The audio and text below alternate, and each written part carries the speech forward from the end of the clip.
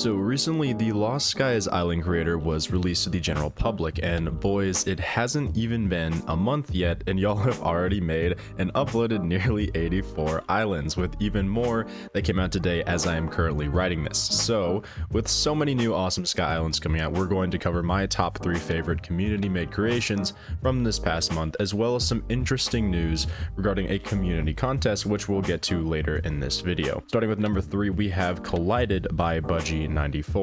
This is a gorgeous island creation which utilizes a very unique structure in which 2 floating islands have crashed into one another in the skies, leaving much of the landmass and design to be left tilted and angled.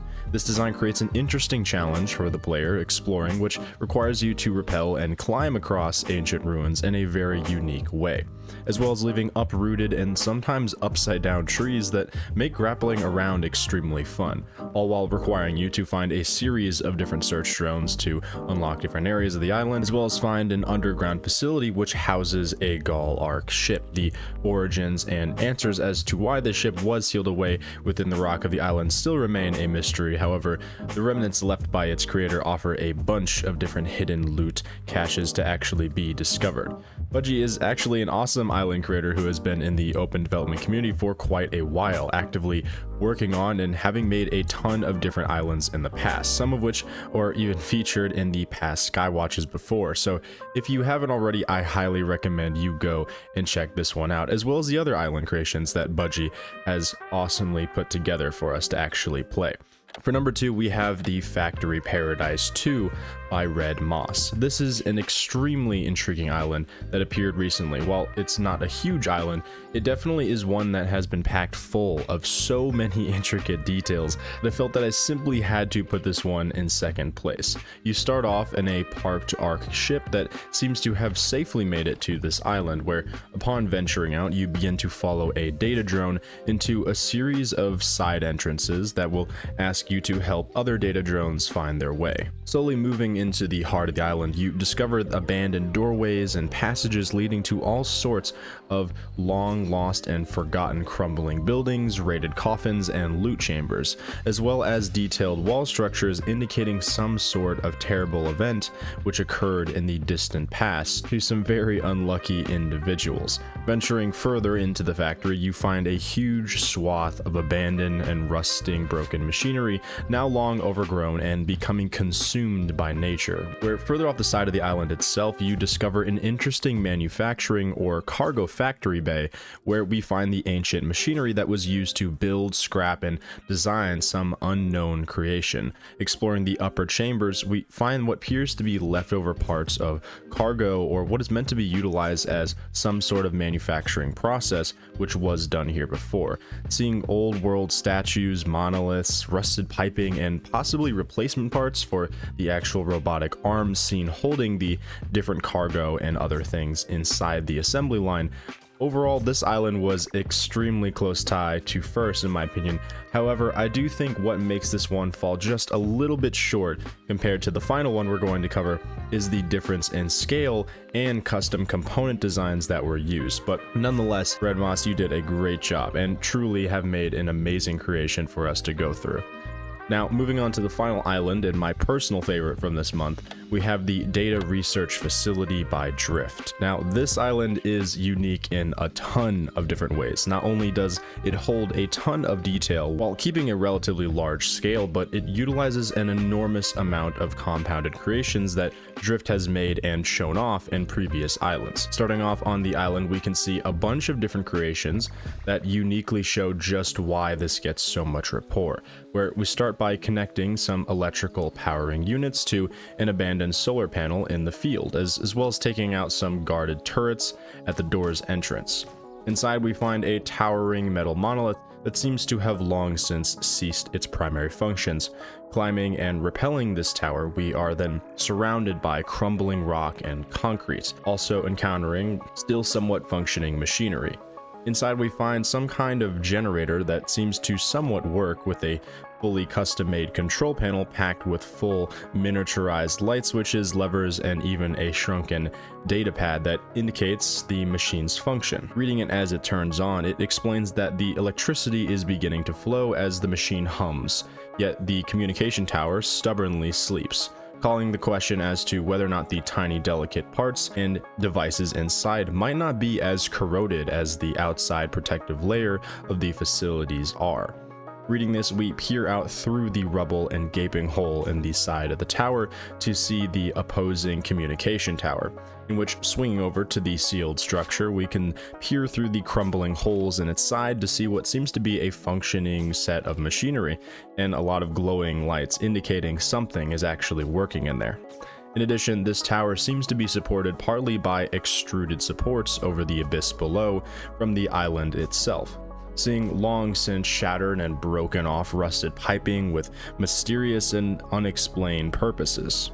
Noticing the sealed doors, we move on to explore more of the island, where inevitably we come across a strange, small, and sealed box, and peeking through the holes around it, we can see some sort of glowing electronics inside, where moving around we find a large cut block covering a possible entrance inside. Using the Atlas lifters and grappling hook, we were able to apply flotation effects to the object and discover a way inside, where we find a series of unlock mechanisms and a custom-made set of terminals and a computer keyboard, in which, upon completing the activation of the system, we make our way back to the entrance and notice a light indicator has turned green. We then make our way to the other sealed area, protected by enemy turrets this time, where, upon taking them out, we find a broken and smashed hole in the ceiling, which allows us to complete the final unlock requirement to get into the main facility. Moving on, I accidentally fall off while trying to take out some turrets, but inevitably make it inside the structure, where we find some massive, stunning machinery, as well as more custom-made terminals for the player to interact with, which contains a small datapad. Reading it, which states, "Rusted and lost to time, the information in this massive data storage device will likely never be recovered. The machinery that endlessly banged on day after day now lies silent and motionless, rusted and without function. The only thing even remotely usable is the security door sitting atop the elevator shaft. Maybe a jolt of power would open it," clearly indicating that turning on the generator or power system was needed. Moving around, we find endless piles of crumbling parts and beautiful yet destroyed elevator, with even a neat little custom-made button set panels on the left side when we actually go inside. Looking around, we find that you can actually still reach the top by grappling up the elevator shaft itself, where we make it to a small room containing little wood cargo crates with different chests and loot crates as well. And in addition to this, we also see the top side portions of the towering data storage device that is mentioned in the datapad at the bottom. Making it to the top, we enter what must be the heart of the data research facility, securely locked in by a powerful energy wall and likely kept functioning by some sort of energy reserves functionality. We are surrounded by a stunning yet terrifying scene. Lines of computers and monitors, seats and control panels, dead and leftover remains from an unknown origin. The walls are lined with databanks surrounding some sort of device that's levitating, surrounded by a spherical structure clearly affected by the flotation properties of Atlas. Illuminated only by the spilling light outside and the glowing butterflies that surround the room, it depicts a stunning yet mysterious scene of some tragic event.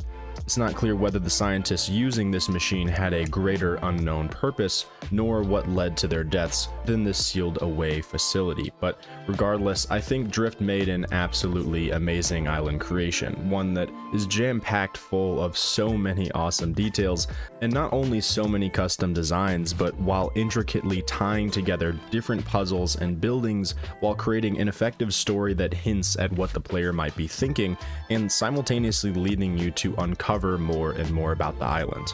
Not to mention the many different smaller details and caches on each of these 3 islands that I intentionally left out so that you can still uncover them yourself in the future.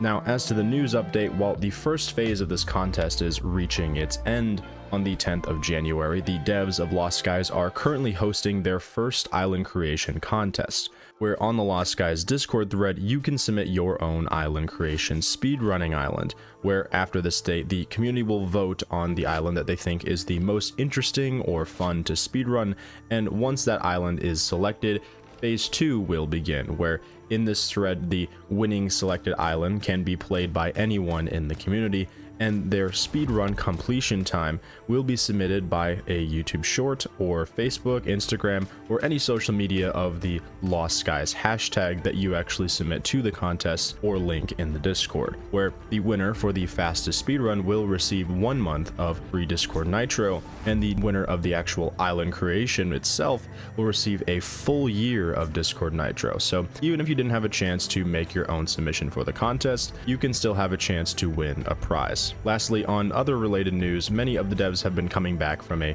well-deserved break and have gotten started back up on the next phase of actual game development, which we will surely hear more about in the coming future. But in addition, I believe 2 full new waves of people have been selected to join the open development community by Control for actually playtesting the game builds. And again, if you are at all interested in doing so, I highly recommend you join the Discord. All the links you need will be in the description of this video, where you can ask any and all questions regarding the game, as we have a very super active community in my opinion. But that is unfortunately all I have for today. But nonetheless, it has been super awesome to see so many new islands being made since the island creators release. So remember to stay healthy, stay well, and like always, have a beautiful rest of your day, boys. Peace.